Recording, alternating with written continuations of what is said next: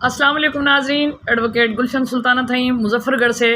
جیسا کہ میں نے آپ کو بتایا تھا کہ میں جو سوشل ایولز ہیں، معاشرے کے اندر جو برائیاں ہیں جن کو لوگ ہائی لائٹ نہیں کرتے، ان کو بتانے کے لیے اور ایک جہادی پوزیشن میں ہونے کے ساتھ آپ کو اپنی ذاتی زندگی سے ریلیٹڈ جو بھی میرے ایونٹس ہوں گے میں بتاؤں گی۔ ناظرین، آج 8 اپریل ہے اور آپ تمام لوگوں کی وجہ سے، آپ تمام لوگوں کی ہمت سے، جیسے سوشل میڈیا پہ آپ نے کیا، لوگوں نے کالز کی، اور اسی طرح سے میری ساس اور ان لوگوں کو بھی کچھ تھوڑا خیال آیا دیکھ کے بچیوں کی پوزیشن، میرے گھر کی حالت دیکھ کے، کیونکہ ہم اکیلی رہ رہی ہیں۔ ملک صاحب گئے ہوئے ہیں، جیسے پچھلی ویڈیوز میں دیکھ رہے ہیں، 3 ماہ سے ایک 9 سال بعد عورت سے نکاح کا نام لے کے جنسی حوث کا شکار ہے۔ تو جناب کل ملک صاحب آئے مظفر گڑھ میں، ملک عدنان حیدر تھیم ایڈوکیٹ صاحب، لوگوں کے کہنے پہ یہ جس طرح بھی ان کی کوئی پیشی تھی، تو اس میں یہ ہے کہ بچیوں کو اسکول سے انہوں نے لیا اور ان کے جناب علی اپنے چیمبر میں لے آئے، تو ان کو جناب 50 روپے کے 2 لیز لے کے دیے اور کولڈ ڈرنکس ساتھ لے کے دیں، 100 روپے کی خوبانیاں، 100 روپے کے کیلے اور 4 روٹیاں اور گوشت۔ یہ تقریباً 600-700 روپے کا بجٹ بنتا ہے، جو 3 ماہ کے بعد ایک ایڈوکیٹ جو ہے وہ اپنی بیٹیوں سے ملنے کے لیے آیا ہے، تو وہ ان کو دے کے گیا۔ اور یہ نہیں ہے کہ 2-4 ہزار روپیہ دے دیتے، ان کا ڈیلی کم از کم 1500-2000 تو ان کا خرچہ ہے نا۔ تو والد کو یہ نہیں احساس ہوا، اب دنیا کو بتانے کے لیے کہ میں گیا تھا اور میں نے جناب ملا۔ اس کے بعد یہاں پہ گھر ان کو لے آئے، میں تھی نہیں، ادھر ڈی پی او صاحب کے پاس کوئی میٹنگ تھی بے نظیر والے سلسلے میں۔ تو اس کے بعد یہ ہے کہ ان کو بچیوں کو کہہ کے گئے کہ میں آ رہا ہوں، اور نہیں آئے۔ شام تک وہ جب بھی دروازہ نوک ہوتا اس طرف دیکھتی کہ بابا آ رہے ہیں، بابا آ رہے ہیں۔ اس کا یہ ہوا رزلٹ نکلا، میں نے ان کو پوچھا شام کو کہ آج بڑی خوش ہو بابا آئے ہیں، تو فاطمہ کہتی ہے کہ نہیں مما، کیونکہ بابا آئے نہیں ہیں، انہوں نے کہا تھا میں نے آنا ہے۔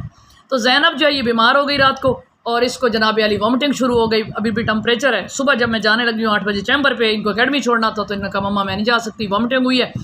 تو پھر اس کے بعد یہ رونے لگی ایسے ہی نا، تو میں نے کہا کیا ہوا؟ تو کہتی ہے کہ بابا کی بہت یاد آتی ہے۔ پھر ہم دونوں ماں بیٹی گلے لگ کے روئیں۔ تو اس کے بعد میں حیران ہوئی کہ بچی نے نا مطلب پوئمز خود بنائی ہوئی تھی۔ زینب ذرا وہ پوئم سناؤ مما جو آپ نے بابا کے لیے کہی تھی۔ بابا میں تیری ملکہ، تیرے ہوں دل کا ٹکڑا، تجھ میں ہی میرا جینا، تجھ میں ہی مرنا، انگلی پکڑ کے تو نے چلنا سکھایا ہے مجھ کو۔ یہ دیکھیں، لا الہ الا محمد رسول اللہ، میں کوئی ایکٹنگ نہیں کر رہی، ایک بچوں کی اس طرح فیلنگز ہوتی ہیں ماں کے لیے یا باپ کے لیے، تو یہ بڑی حیرت کی بات ہے۔ اس کے بعد صبح ہماری پیشی ہے 9 تاریخ کو۔ آج اب ہونا کیا ہے، عدالتوں میں کچھ بھی نہیں ہونا، کہ آج جو ہے وہ ایک وکیل صاحب فوت ہو گئے، اس کی جناب علی ہڑتال ہے۔ اب اگلے 1 مہینے کے بعد ہمیں وہ مل جائے گی، ملک صاحب آزاد پھرتے رہیں گے۔ کچہری عدالت میں ان کو دے دیا تو 5-5 ہزار روپیہ دے دیا جائے گا۔ 1.5-2 سال کے بعد ملک صاحب بھی آزاد، ہم ذلیل و خوار، آدھے بچے نفسیاتی مریض، معاشرہ بیٹھا رہے گا۔ وکلا نے بھی بیٹھے رہنا ہے، ماں باپ نے بھی، میرے میکے نے بھی بیٹھا رہنا ہے، ساروں نے تماشا دیکھنا ہے جی، ہو گیا تو ہو گیا۔